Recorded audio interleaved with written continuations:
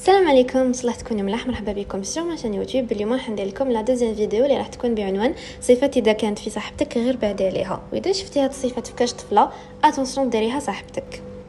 بون قبل ما نبداو في هذا الفيديو ما تنساوش ديروا لي جيم، تابونيو من اذا عجبتكم، وتبارطاجيو هذا الفيديو سورتو مع صحاباتكم ولا خواتاتكم اللي يكونوا صغار. كيما على بالكم الصاحب ساحب، دونك اي انسان كي رايح تصاحبه راح تاثر عليه وهو تانيك راح يتاثر عليك. هذه معادله اساسيه. دونك هاد الصفات اذا شفتيهم في صاحبتك غير بعد عليها. الصفه الاولى تكون اللي هي اذا كانت صاحبتك بعيده على ربي. شوفي اي انسان بعيد على ربي، اي انسان يدير دعاوي الشر، اي انسان خارج طريق ما يصلحش باش يتعاشر ولا باش ديريها صاحبتك لانتيم.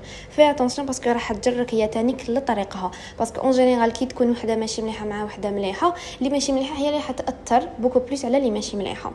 حتى واحده اخرى اذا كانت ما تتفاهمش مع والديها. شوفي اي طفله ما تتفاهمش مع والديها ما راح تتفاهم مع حتى انسان.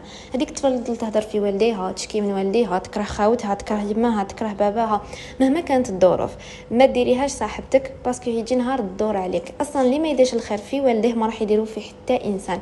حتى وتقولي لي هذه الطفله والديها ظلموها، هذه الطفله ما ديريش عليها، انت ما كيش عايشه في دارهم، امبوسيبل تعرفي الحقيقه.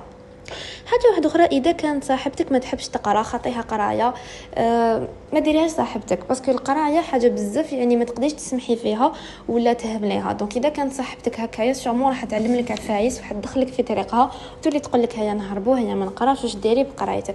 دونك في اتونسيون، دوري بطفله ما تحبش تقرا ولا ما تعرفش تقرا ولا ما تكسرش راسها، باسكو راح ترجعك كيما هي. اصلا كاين بحوثات يقولوا بلي الغباء ينتقل، يعني الغباء معدي. وكي تدوري مع الناجحين راح تنجحي سيغمون، كي تدوري مع الفاشلين على بالك بلي راح تفشلي. هذه نصيحه سيغمون ماماك وقالتها لك.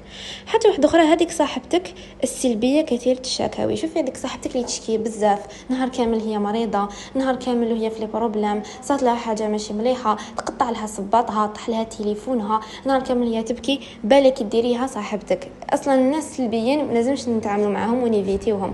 انت ما راكيش بسيكولوج باش تحمليه بالها ولا تحملي لا ديبرسيون تاعها.